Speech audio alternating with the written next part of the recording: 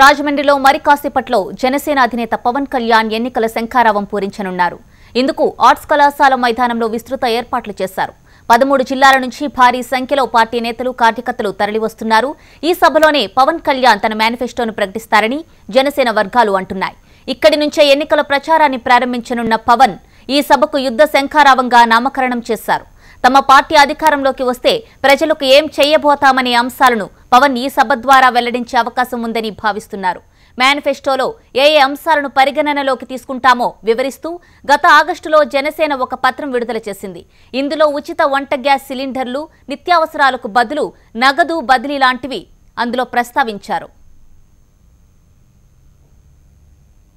జనసేన దేనికి పుట్టింది?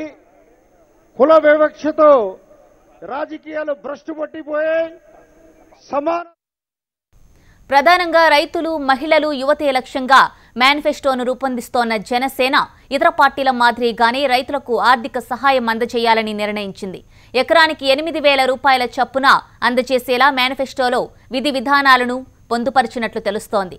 కేంద్రం అందజేస్తోన్న పీఎం కిసాన్ సమ్మాన్ నిధి కంటే భిన్నమైందని, తమ పథకం వల్ల హెక్టార్కు 20,000 వరకు సహాయం అందుతుందని జనసేన వర్గాలు పేర్కొంటున్నాయి. మేనిఫెస్టో రూపకల్పనలో రిటైర్డ్ అధికారులు, ప్రొఫెసర్లను భాగస్వాములుగా చేసిన పవన్ వారితో సమావేశాలు నిర్వహించారు.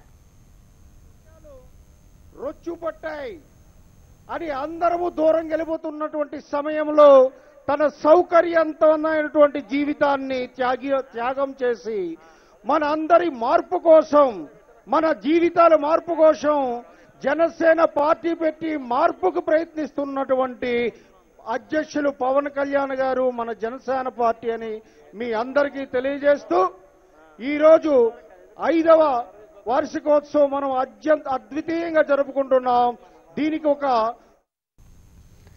ఇదే విషయానికి సంబంధించి పూర్తి వివరాలు మనకు అందించడానికి మా ప్రతినిధి శ్రీరామమూర్తి లైవ్ లో సిద్ధంగా ఉన్నారు.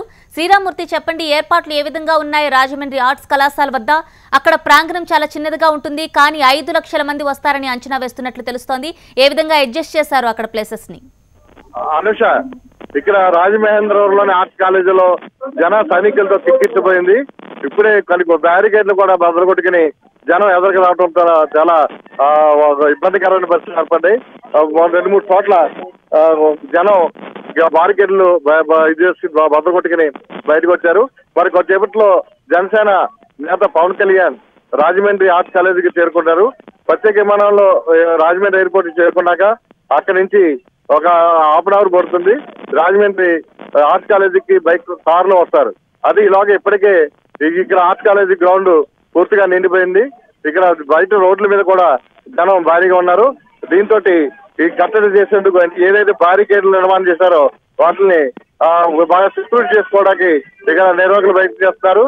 ప్రస్తుతం ఇది 5వ జనసేన ఆవిర్భావ మహాసభ అయినప్పటికీ ఇది ఎన్నికల షెడ్యూల్ రిలీజ్ అయినందువల్ల దీన్ని ఎన్నికల శంఖారావంగా సభగా నిర్వహిస్తున్నారు. 13 జిల్లాల నుంచి ఇక్కడ ప్రతినిధులతో పాటు గోదావరి జిల్లా నుంచి భారీగా జన సైకిల్ చేరుకున్నారు.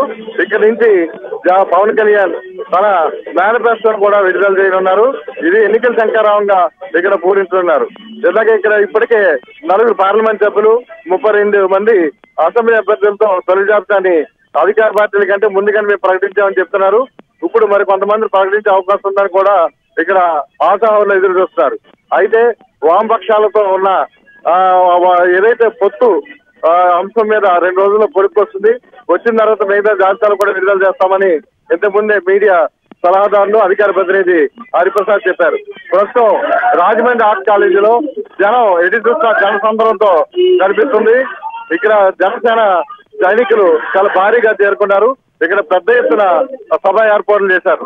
ఇప్పటికే జనసేన నాయకులు ఎవరైతే ఆశావాహులు ఉన్న వాళ్ళు, అభ్యర్థులుగా ఉన్న వాళ్ళు, కొంతమంది జనసేన నాయకులు వేదిక దగ్గరికి చేరుకున్నారు.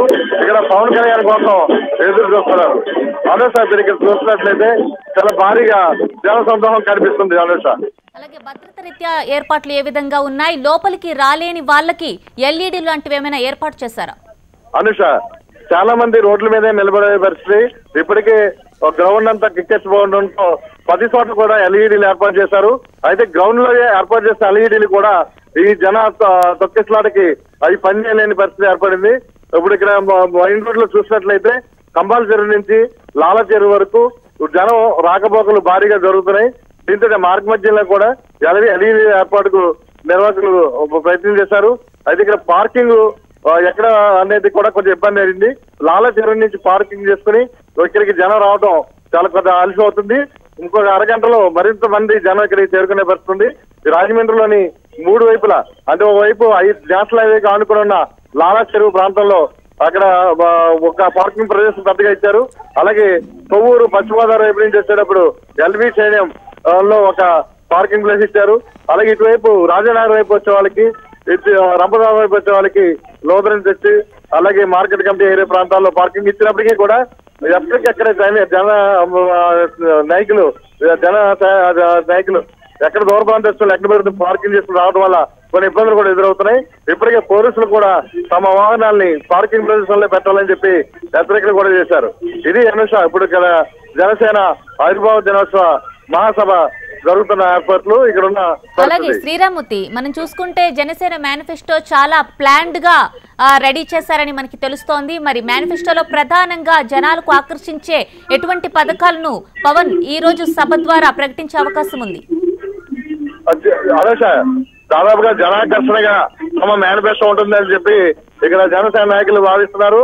అయితే ఇంతకు ముందు ఏదైతే ప్రీ మేనిఫెస్టో పెట్టారో అది ఆ ప్రీ మేనిఫెస్టోకి మించి అందులో కొన్ని కసరత్తు కూడా చేసి కొత్తగా కూడా మేనిఫెస్టో రూపకల్పన జరిగిందని చెప్పి చెప్తున్నారు. అయితే అది పవన్ కళ్యాణ్ గారు నోట్లో నుంచి వెలువడిన తర్వాతే ఇక్కడ బయట చెప్తామని చెప్పేసి నాయకులు అంటున్నారు. ఇక్కడ ఇప్పటికే ప్రీ మేనిఫెస్టోలో ఉన్న ప్రధానమైన అంశాల్ని ఇక్కడ వేదిక దగ్గర కూడా ప్రదర్శించారు. ఏదైతే రేషన్ లేకుండా 3,500 నుంచి 4,500 రూపాయల వరకు ప్రతి కుటుంబానికి రేషన్ బదులు ఇస్తామని చెప్పి మహిళకి ఇస్తామని చెప్పి, అలాగే వ్యవసాయ కుటుంబాలకి 8,000 రూపాయల వరకు ఎకరానికి పారితోషికంగా ఇస్తామని చెప్పేసి రాయితీ ఇస్తామని చెప్పేసి, అట్లాగే గ్యాస్ సిలిండర్లు అందరికీ ఉచితంగా ఇస్తామని, ఇట్లాంటి ఏదైతే ప్రీ మేనిఫెస్టోలో పెట్టారో అవన్నీ కూడా ఇప్పుడు ఇక్కడ ప్రదర్శించారు. వేదిక ముందు అది ప్రత్యేక బ్యానర్ గా పెట్టారు. అయితే ప్రత్యేకంగా మేనిఫెస్టో మాత్రం జనసేన నేత పవన్ కళ్యాణ్ ఈ ఎన్నికల శంకారావు సభలో వెల్లడిస్తారని చెప్పేసి జనసేన నాయకులు చెప్తున్నారు. అయితే ఈ శంకారావు సభ తర్వాత కూడా వెంటనే విశాఖపట్నం, తిరుపతి, అమరావతిలో కూడా ప్రత్యేకంగా ఇలాంటి భారీ సభల ఏర్పాటుకు కూడా సన్నాహాలు చేస్తున్నట్టు ఇంతకుముందు అధికార ప్రతినిధి హరిప్రసాద్ చెప్పారు. Anusha. Right Sriramurthy, thank you.